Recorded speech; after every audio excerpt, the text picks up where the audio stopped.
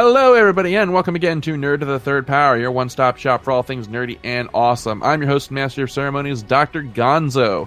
With me, as always, this epic quest of awesomeness is our resident anime goddess, the Cat. Cat, you look like hell. Yeah, I feel like hell. Thanks for noticing. That's a true friend. A true friend will tell you when you look like hell. Well, I mean, the fact that you're holding the severed head of what looks like some kind of strange troll is, kind of disconcerting. Have you been to Azeroth and back in the week that you were gone? What's the story here? Oh man, I don't know shit about Azeroth, but I don't know if any of you have worked retail or a warehouse before or anything, but I've spent the last several weeks getting ready for my work's physical inventory. And if you've worked retail, you've probably done a physical inventory, and they suck because you basically shut down and you just count everything you have to see if what you physically have matches your system. And I run my company's physical inventory. My company has 4 warehouses, and I had to run 2 of these physical inventories remotely, and then I had to be there physically at 2 of them. So I've worked like 34 hours of overtime in the last 2 weeks. So I've worked almost a full week, like a full extra week in the last 2 weeks. And PI is just like, it's my nightmare week. Like last week is my hell week, and this is my like recovering from hell week where I haven't had time to do anything that wasn't work related. And I just sort of hate life. I'm so tired. I just want to sleep. Let me sleep.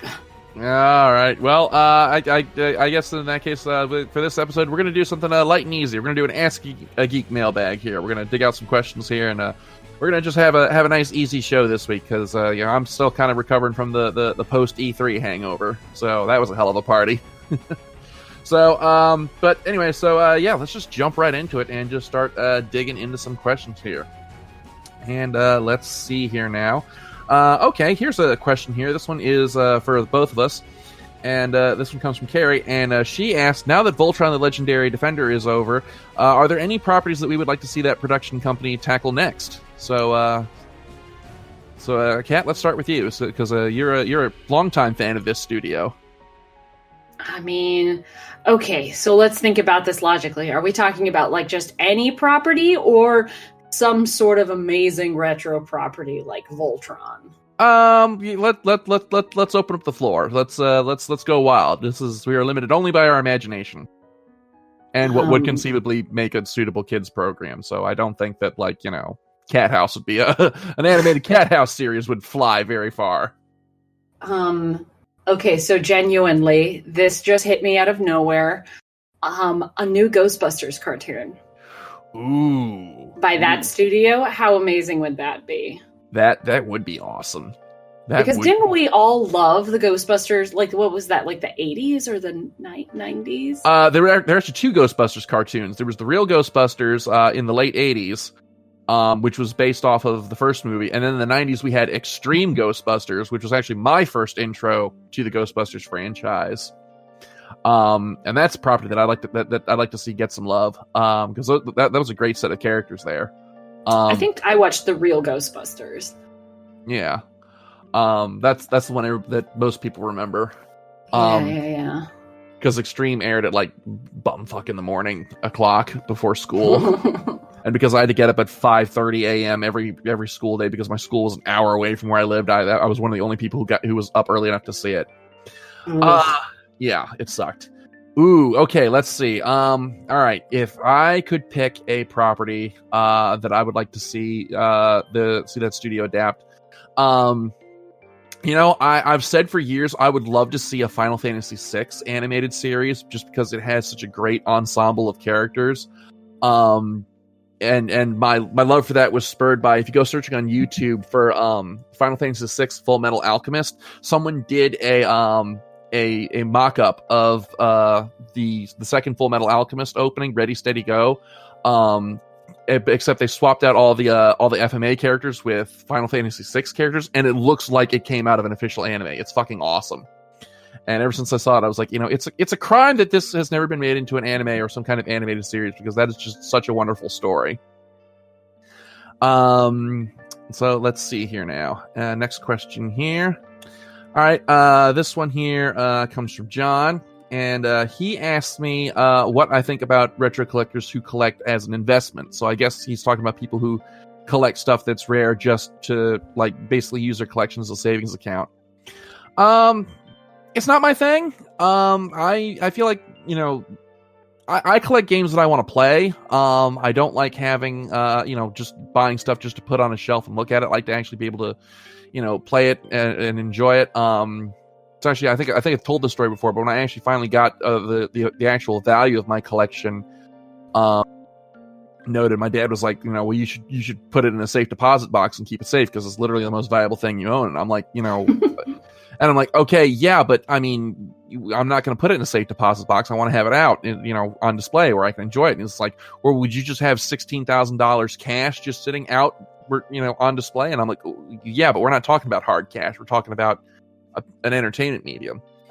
You know, so, but I mean, people will do what they do. So I guess, you know, and I've seen people put investments in stranger things. I had a great uncle who his whole retirement fund came from a stamp collection that he sold for like $200,000. Jesus. Yeah. So, you know, I've certainly seen stranger things. Now, the only exception to this is the prospector, and these are the people who they will buy something up just so they can turn around and sell it for ridiculously inflated prices. And you'll see a lot of these with collector's editions or stuff that has a limited release. Like, I'll tell you a good example of you know, something I've seen recently in terms of the prospector. When Smash Brothers Ultimate was first announced at the tail end of at E3 in 2018, and they announced that they were going to be bringing out GameCube controllers for people to use to play Smash on. Within, I want to say, 3 months of those controllers being released, when they were first released, they retailed for about $35. Within 3 months, the price had climbed to upwards of $70 because people were buying them out and then just turning around and selling them at ridiculously inflated prices. So that's the one thing that really irritates me as far as game collecting goes, is the prospect of people who they will deliberately buy entire stock of things up so that they can turn around and sell them at just these predatory prices. And I've hated that, and I've hated that practice ever since the whole Ni no Kuni fiasco, which, for those who don't know what happened there, when Ni no Kuni Wrath of the White Witch was first released, I think it was their collector's edition, there was a screw up with the pre-orders, and all the pre-orders wound up going to, you know, a bunch of eBay prospectors who wound up turning around and selling those collector's editions for like $300 a pop. And none of the people who actually put in pre-orders to get the game themselves wound up getting their game. But I mean, that's the only type of collector I would say really irritates me, is the prospector. Anyone else, you know, you collect for whatever reason you want to collect, and you collect what you want to collect, and, you know, who am I to judge? So that's the only kind of collector that irritates me. Just out of idle curiosity, Kat, do you often see prospectors in anime fandom? You know, not quite like that. That probably exists like hardcore in Japan. I imagine there's a lot of that going on with collector's editions of things.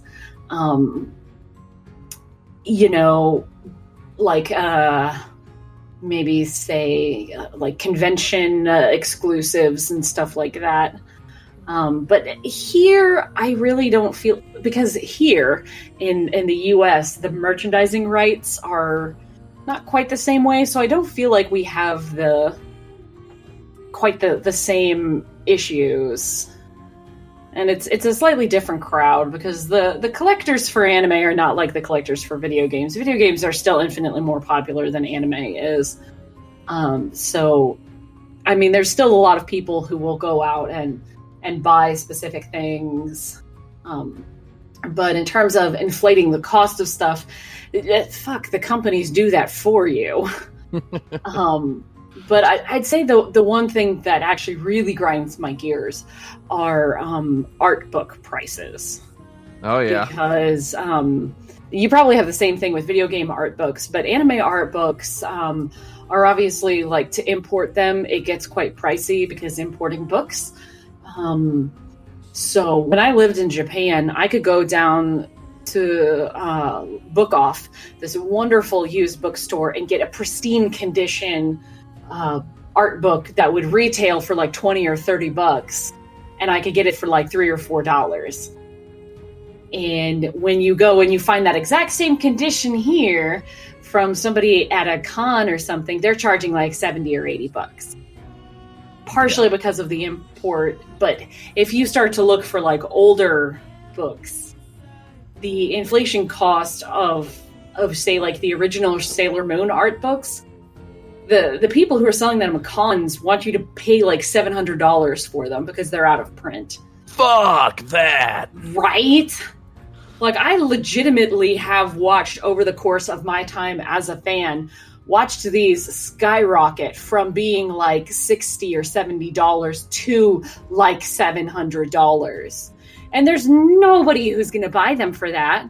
Like, I'm sorry, but like the weebs who go to cons do not have that much money. Like, some weebs online probably, but the weebs who go to cons are not dropping $700 in cash for this thing. I mean, shit. That if for a con, that's $700. That's one night's rental of a hotel room, isn't it? That's your whole con right there. Like, that's a really nice hotel room for like 3 or 4 nights, plus your ticket, plus your food, plus some other stuff. Like, that, like $700 is crazy. And that might be an exaggeration. I know I've seen like it go from over 300 though. And it's like, nobody's dropping that much on it. And also, it depends on the popularity of the franchise too. One of the things that killed me in Japan, as I'm getting so far off topic from collectors, but one of the things in Japan, when you'd go to like the capsule stores or something, and you'd want to buy like figurines, they would just like deliberately charge more for the more popular characters because they know the demand's higher. Okay, again, now capsule stores, you're going to have to explain that one to me. Like a store where you'd go and you just like buy figurines, but it's typically where you'd go and go to the capsule machines. You put in your quarters and you spin a little thing and it spits out a random thing in a ball. So they have whole shops of just those? Yes. Huh, okay. Isn't it amazing? It's such a cool place. But there's like, specifically in Denden Town in Osaka, there was like a capsule shop that also was, that also just sold straight up figurines, and they would charge like twice as much for the more popular characters. So like when I was there, Bleach was like the hottest thing in the world. And if you wanted like Toshiro or like one of the really cool characters, you're paying like 2 or 3 or 4 times as much for the same size and quality figurine as you would have like Aizen or something. It was stupid. You're like, this isn't fair. I guess I'll buy this cheaper one with this character I don't like quite as much, just because it's cheaper. I'll tell you where you do see a lot of prospectors swinging back to game collecting, and that's with stuff like limited run games or super rare games. You'll have people who will they will just camp the pre-orders, and then turn around and sell the game for like 3 times what the pre-order or the original price was, and that just irritates the hell out of me. It's one of the bones I have to pick with just limited run prints in general, is just they're just prime bait for the prospector. But anyway, I think we've rambled on about this topic long enough. But prospectors, okay, so like here's something I didn't know was a thing, but getting back to gaming and what you were just talking about, limited games, my local comic book shop does a used gaming auction. And they'll take in whatever you want to get rid of, like Warhammer figurines or old Dungeons and Dragons books, et cetera, and they will sell them at auction for you, and then you get credit towards the store, so you could buy something new. So it's this really cool system, and it's really well run. But there's like a couple of guys there who will go out of their way to bid on some more older or more exclusive items that they are just going to turn around and resell. And they are dropping like several $1,000s in the course of a couple of hours just on like super old RPG books. Like, I didn't know there was a market for this, but it doesn't surprise me. Wow. Okay. Yeah. That's whew, yeah. That's kind of I don't know what to think about that, because on the one hand, like, yeah, that's kind of a predatory practice for them to do that. But on the other hand, I mean, that's money that's going to your average friendly local game store, and those are stores that definitely need the money and need the support. So it's kind of like, Yeah. gotta take the good with the bad on this one.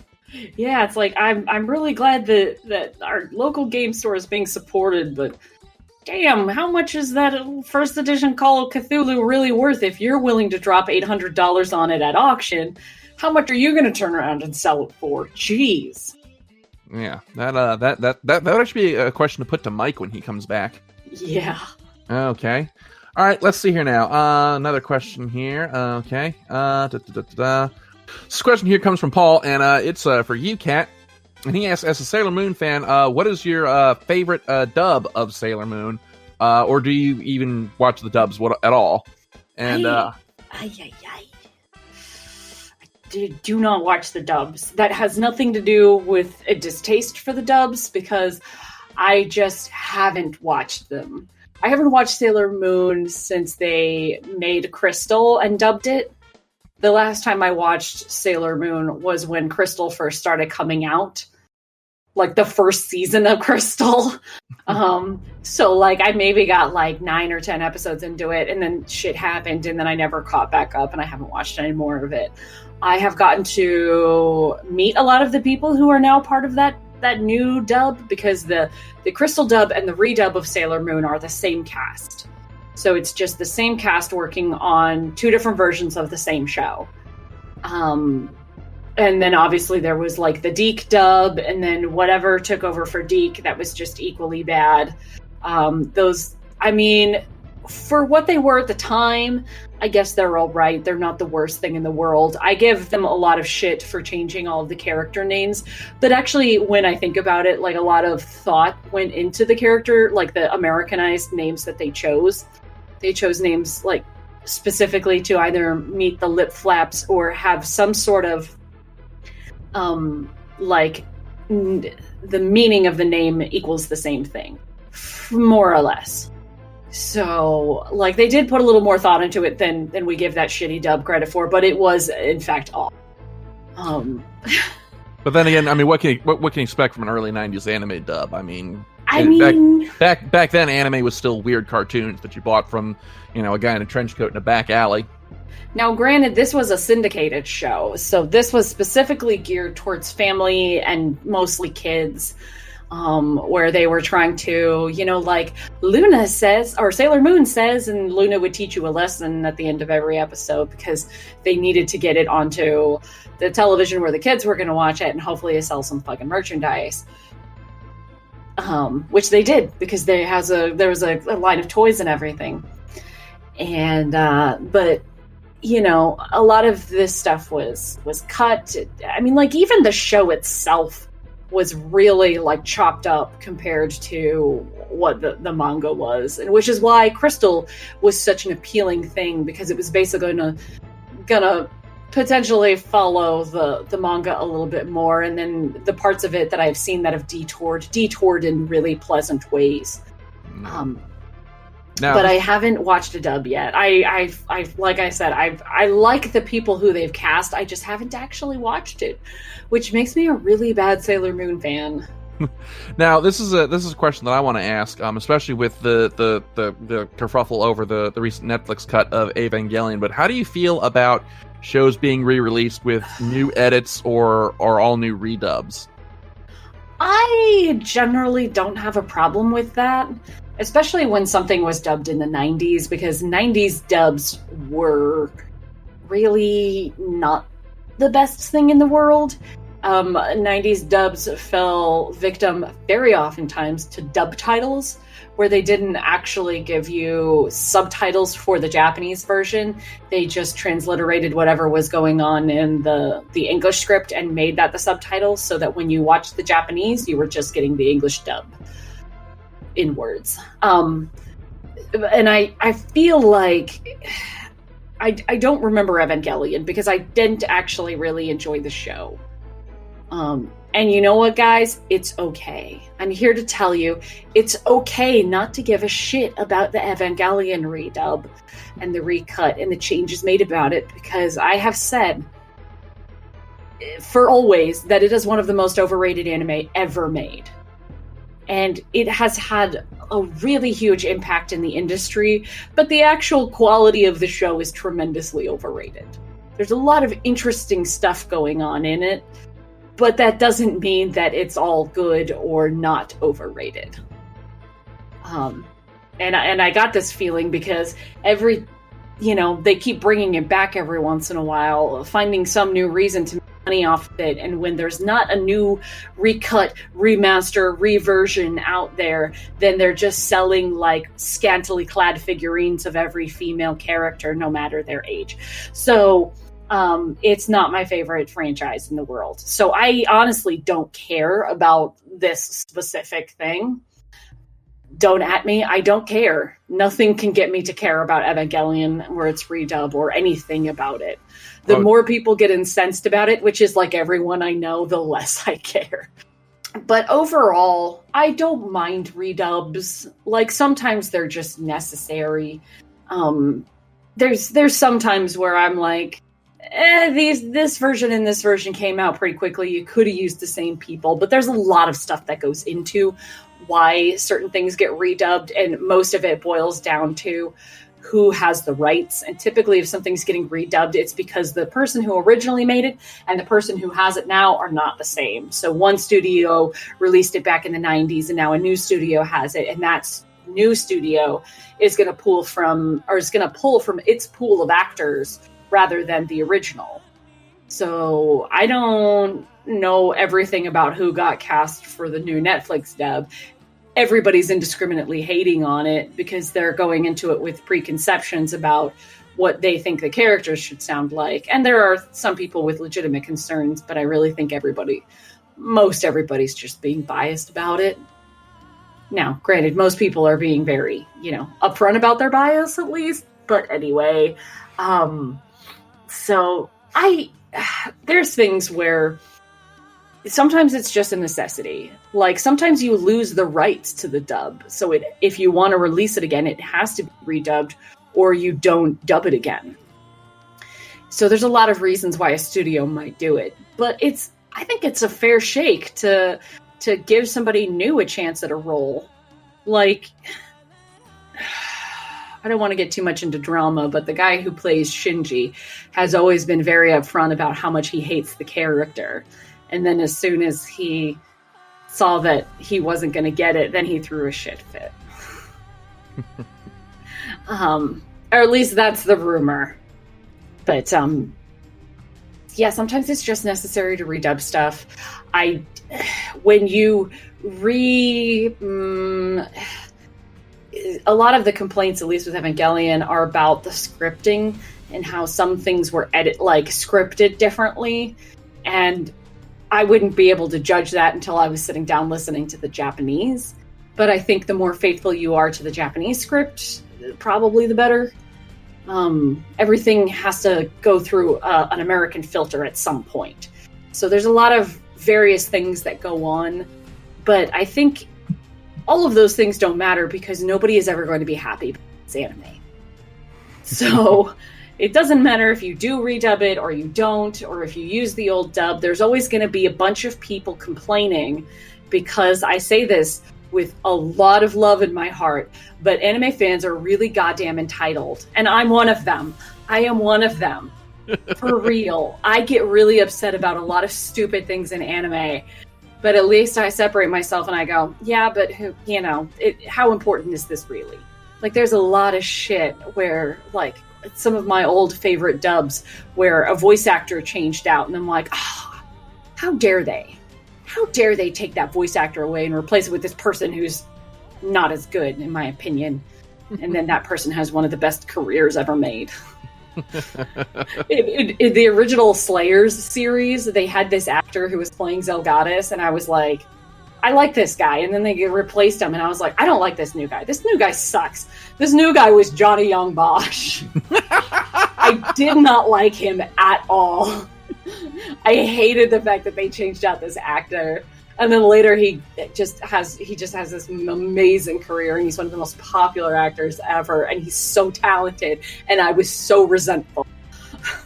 That was gonna be my next question. Was this before or after Trigun?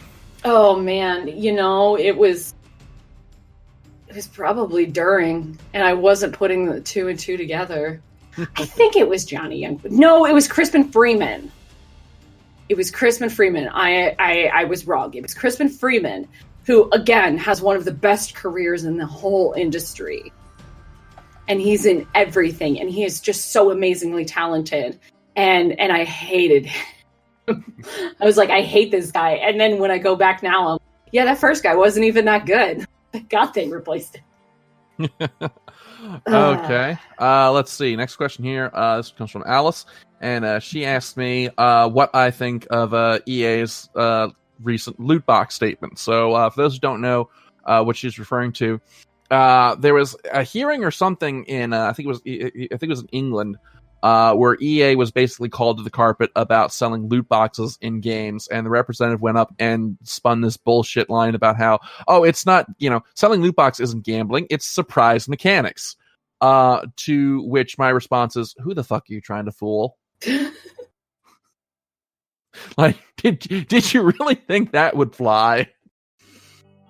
Like, I mean, in the strictest definition of the term, I mean, it's not really gambling because there's not a chance of you winning money. But I mean, to try and spin it as like, it's surprise mechanics. It's like, look, that's you damn well that's not why you're being called to the carpet. Damn well that's not why you're being held to the fire. So that was one of those moments where my eyes just almost rolled out of my head. Who are you trying to kid?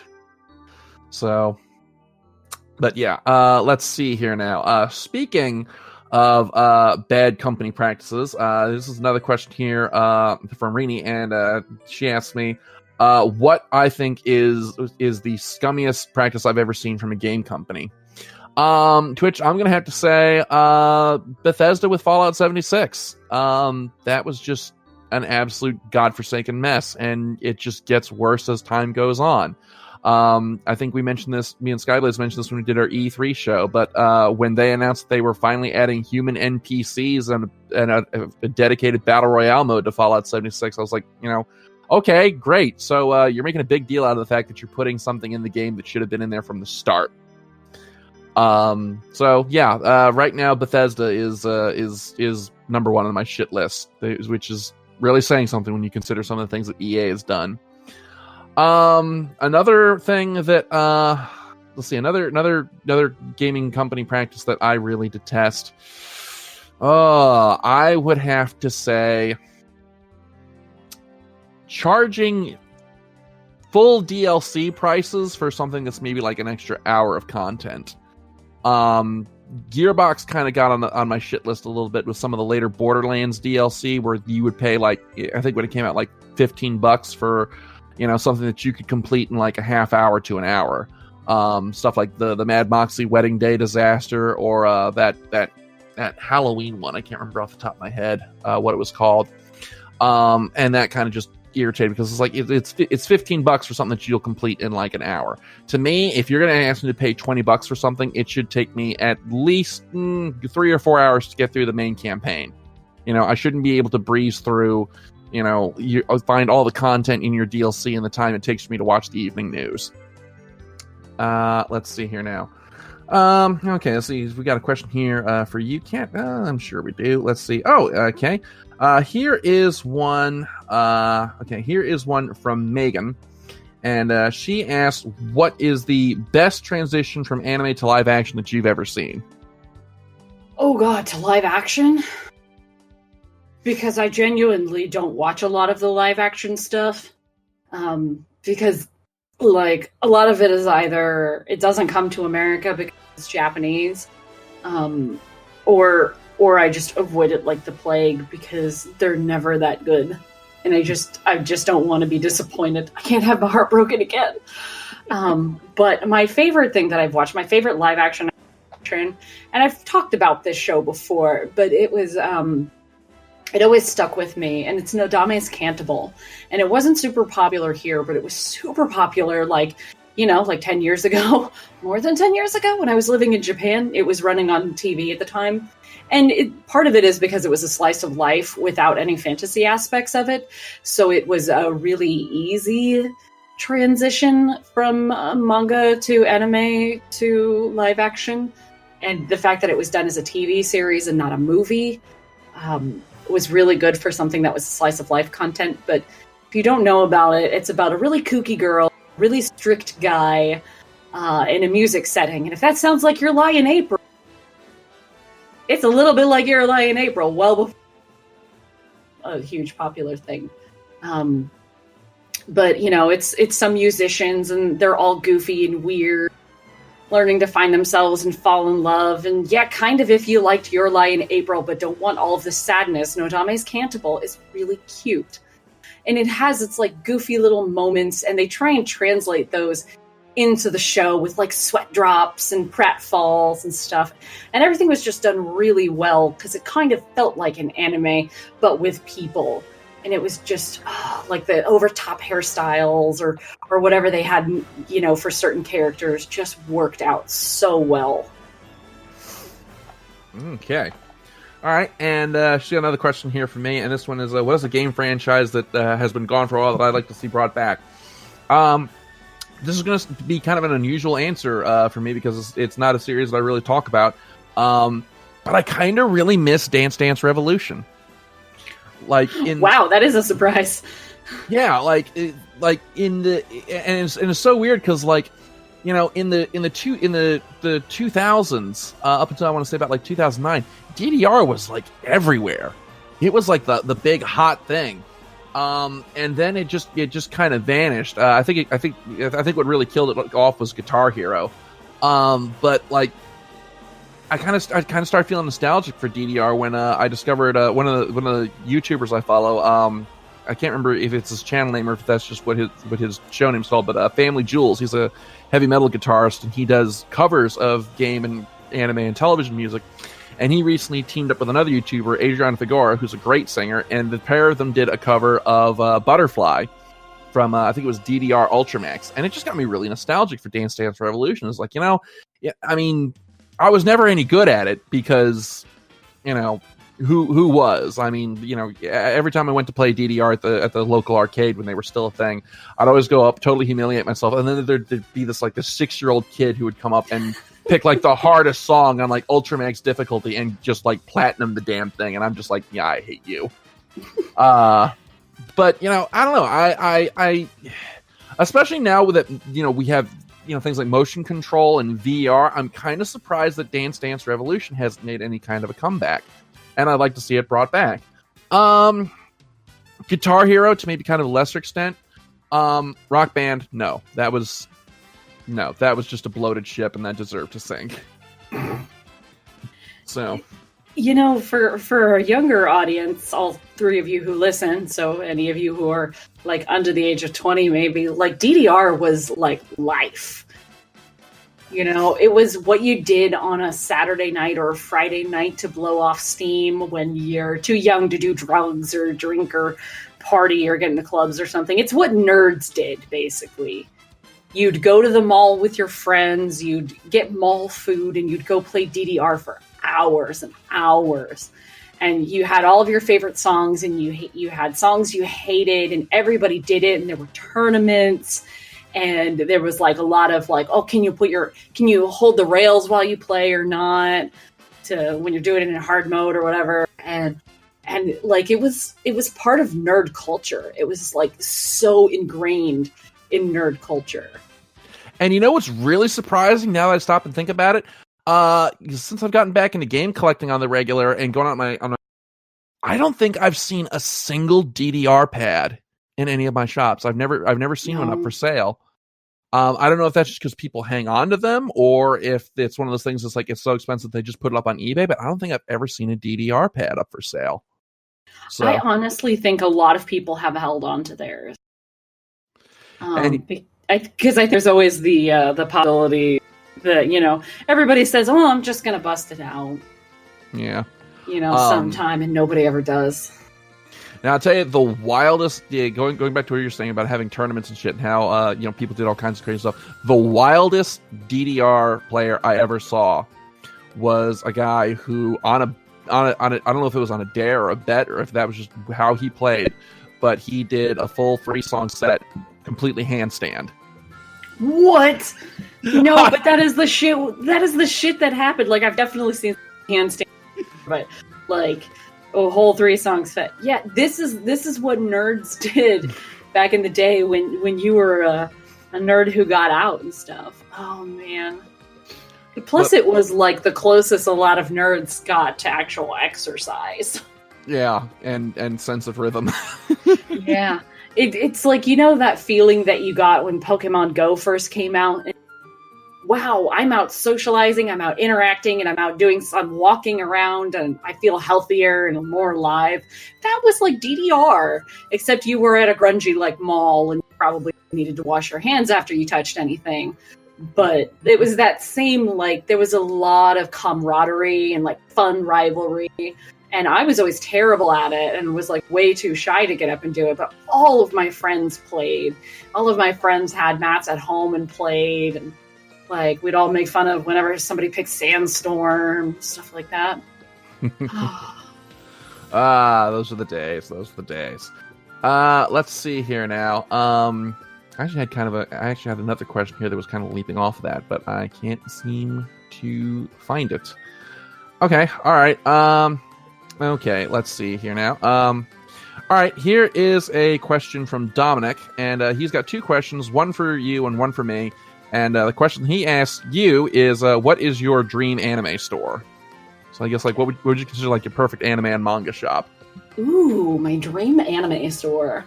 I'd want a lot of like manga grouped the way they were when I used to shop at Book Off. Because Book Off was used, but everything was in really good condition. And because they would get so much stuff in to sell from people who were selling their books, they would like bundle it all up for a very low price. So you could get like 15 or 20 volumes of manga for like $10, $15.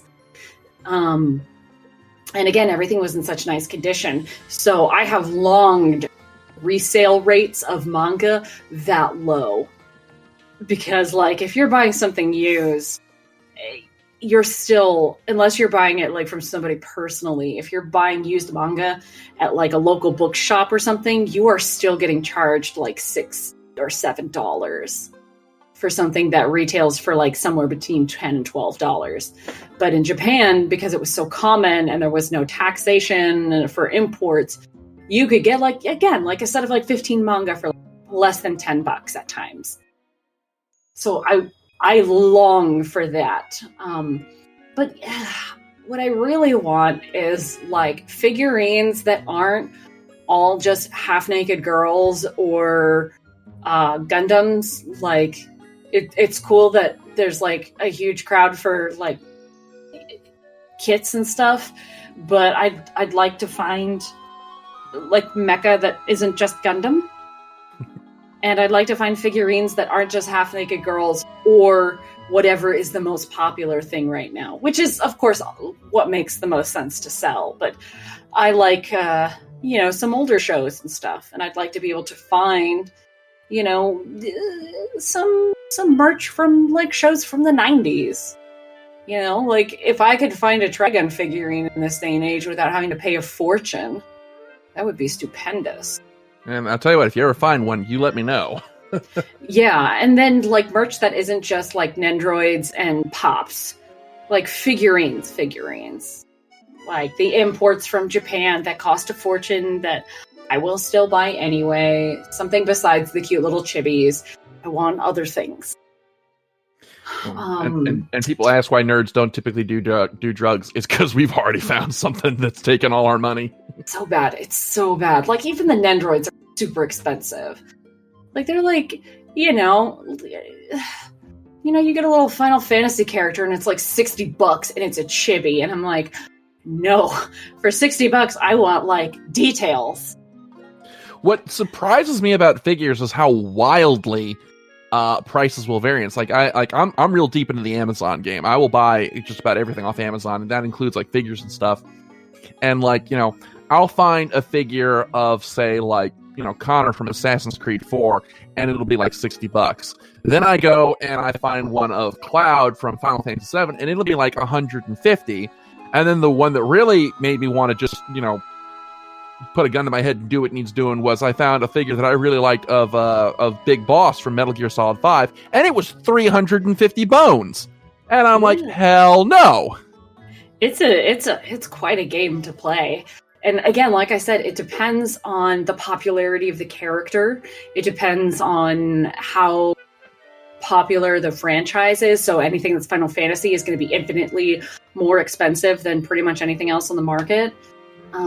It also depends on if there's a specific designer of the figurines, or how old the figurines are, because obviously the older, the more rare, therefore they're going to charge more.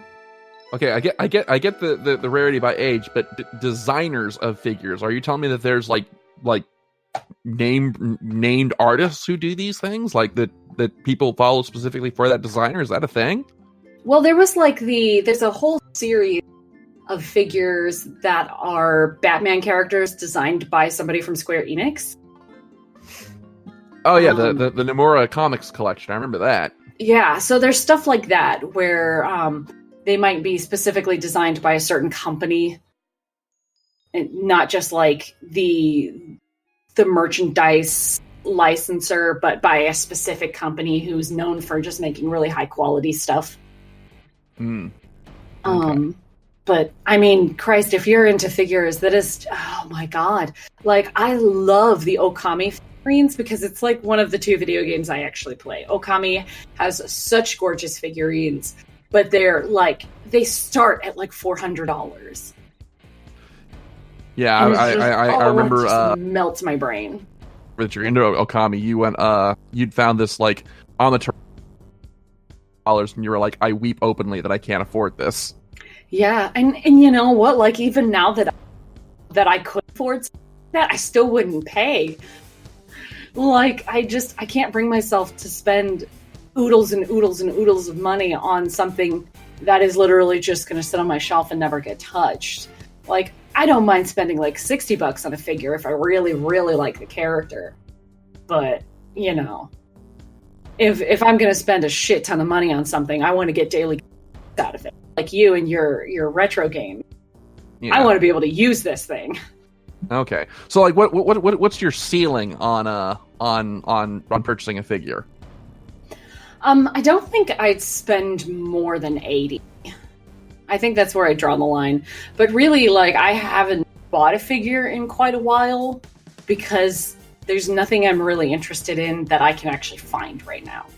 Okay. Well, okay. Well, yeah, it's wild the prices some of these figures reach for something that's maybe like 6 inches tall. Like if it's like a full-on statue, okay, I can see myself paying 300 bones for something. But for what's essentially a really well-detailed action figure, no thank you. He said as he spends $150 on a pair of Squid Sisters Amiibo from Splatoon. Do as I say, not as I do. Okay, let's see here now. Okay, we're kind of running on the end of our time here. So let's see if we got a nice, easy question here. Okay, here's one from Tom, and it's for all of us. And he asked, now that the Infinity Saga is over for the Marvel Cinematic Universe, what are some things that you would like to see done in the next phase of Marvel movies? So, Kat, let's start with you on this one. Where would you like to see Marvel movies go from here? Gosh, I really don't know. I don't really have a scope of, what in the comics haven't they done yet. I'd like to see a Captain Marvel sequel. I think we're getting one. I'm not 100% sure on that. Yeah, I know we're getting a Captain Marvel, and I think we got Black Widow coming out next year. Yeah, assuming they actually do it. I haven't heard or not yet. It might be. But apparently, like, from what I've heard, the people who greenlit Black Widow didn't know what was going to be happening in Endgame, so there was like a little lack of communication there. Right hand not talking to the left. So that could be very interesting. I mean, I just want anything with Hawkeye. Put Hawkeye in it and I'm fine. He needs his own movie. He needs to be in Black Widow's movie, and they need to explain what the fuck happened in Budapest.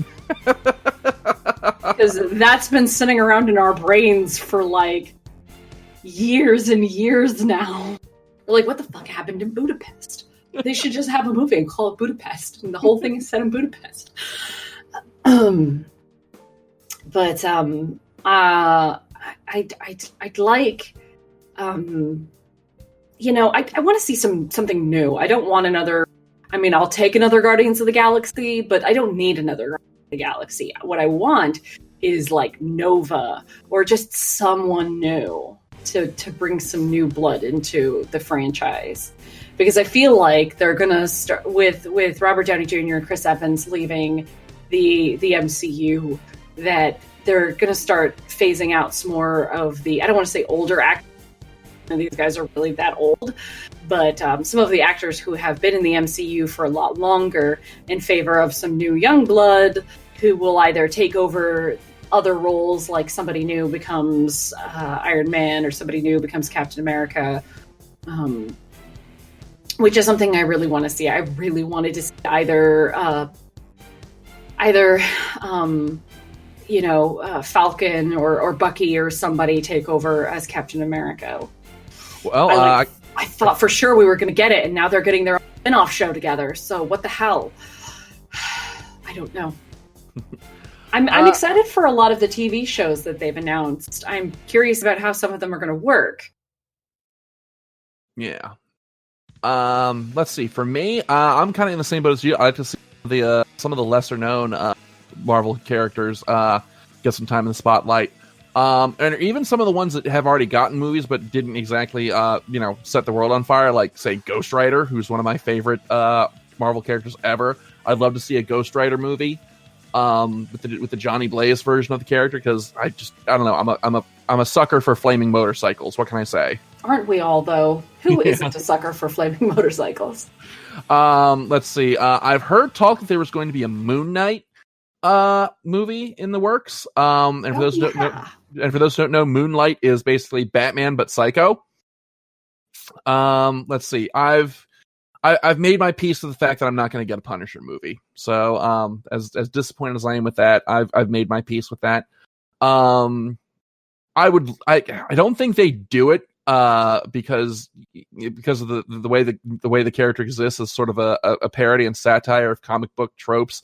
But I think a She-Hulk movie based on the early 2000s run, where she was working in a law firm defending comic book characters in court and using the actual comic book issues as evidence in the court proceedings, I think would be hilarious. I think it would be hysterical to have her defend the law, defend, say, like, Spider-Man in a property damage lawsuit. It's like, okay, but you'll see in Spider-Man Homecoming at the 1 hour and 35-minute mark, you did this.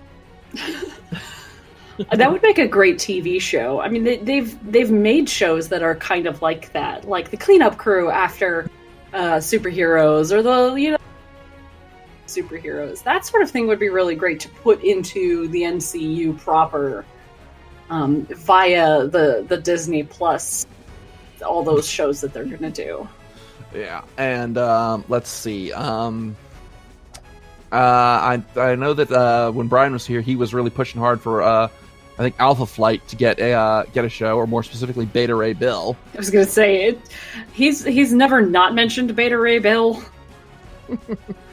God, let's see. Who else I think would be cool? Part of the problem is, like, I haven't really been reading into comics regularly since I actually worked in a comic book store, so there's a lot that's happened that I'm not really familiar with. But yeah, I'd like to see. I'd like to see Marvel take another leap, a few more leaps of faith like they did with Guardians of the Galaxy.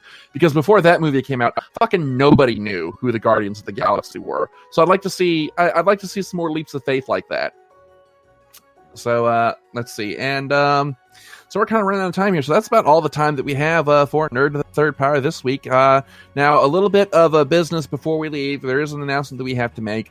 And that is that after this week, we are going to be moving to a bi-weekly release schedule. We're going to be putting out a new episode every 2 weeks. And the reason why we're doing this, and I can't give too many details because Mike's not here, and he's the one who's actually put this whole thing together. But I will say that one of the reasons why we're doing this is we want to try to kind of expand our range of content and try some new things. So we are actually working on a second show. Not going to give too many details because, like I said, we're still hammering that stuff out. But we're not doing this just out of sheer laziness. We're doing this because we've actually got some stuff that we want to do to actually expand our range of content and bring some more awesomeness to you guys. So just to let you guys know that after this episode, we're moving to a 2-week release schedule. So we will see you guys in 2 weeks for Weird Endings, when shows have built up to themselves so large, then to get to the end game, and it's just kind of what the hell happened here. So we'll see you guys in 2 weeks. Thank you as always for tuning in. As always, I'm Dr. Gonzo. I'm the cat. All right, we'll see you in a couple weeks. Taka, play us out.